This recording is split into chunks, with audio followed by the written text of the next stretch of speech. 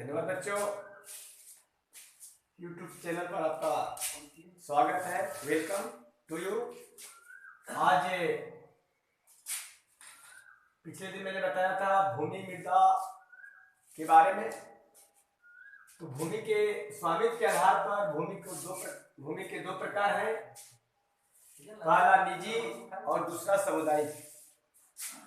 मैंने इसे निजी भूमि और समुदाय भूमि को बारीकी ढंग से अलग अलग तरीके से समझाने का प्रयास कर रहा हूं और आप भी, मुझे आशा विश्वास है कि आप जरूर इसे फॉलो करेंगे, अच्छे से समझेंगे। निजी भूमि वह होता है जिस जमीन पर किसी खास व्यक्ति का अधिकार होते हैं। उस जमीन पर समाज का कोई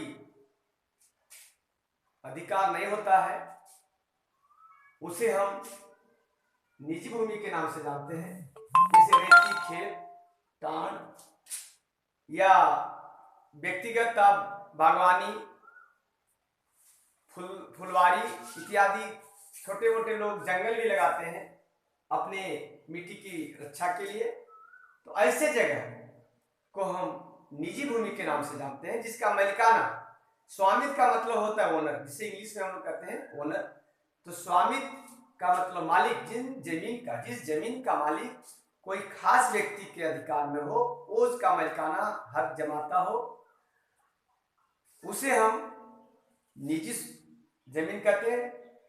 एक चीज जानिए, हम लोग सब लोग जानते हैं कि जितने जमीन है वो सारे के सारे सरकार के अंदर है, क्योंकि उसके जो जमीन पर हम काज करते हैं, रहते हैं, खेती करते हैं, उसका हमें टैक्स के रूप में, राजस्व के रूप में सरकार को भुगते करना पड़ता है। अगर हम उस राजस्व को नहीं देते हैं तो वो हमारी जमीन सरकार के अंदर जा सकती है। तो हम ये फिर भी उसमें भी कैटेगरी है।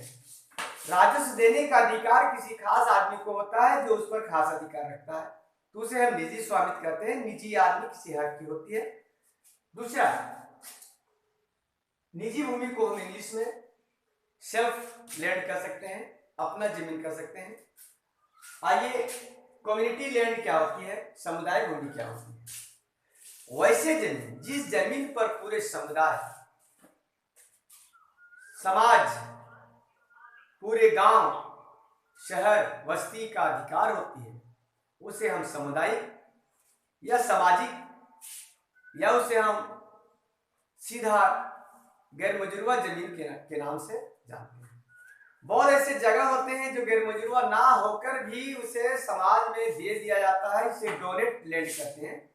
वैसे जमीन पर पूरे समाज का हक और मालिकाना होती है, उसे हम सामुदायिक या कम्युनिटी लैंड के नाम से जानते हैं, सामुदायिक के भूमि के नाम से जाने जाते हैं। जैसे कब्रिस्तान हुआ, शमशान घाट हुआ, छेठ घाट हुआ, खेल का मैदान हुआ, ऐसे जगह को, जंगल हुआ, ऐसे जगह को हम सामुदायिक भूमि के नाम से जानते हैं, जहां पूरे समाज की अधिकार होती है।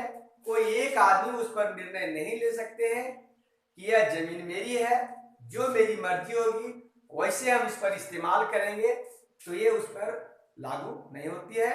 लेकिन निजी भूमि पर वो जिस तरह से वो चाहे यूज करे, जंगल लगा के, बागवानी लगा के, फुलवारी लगा के, खेती करके वो जीवन यापन करे, उसे हम निजी स्वामित्व के आधार पर निजी भूमि कहते हैं। और जिस पर पूरे समाज, गांव, बस्ती, टोले, मोहल्ले की हक और अधिकार होती है, उसे हम सामुदायिक भूमि कहते हैं।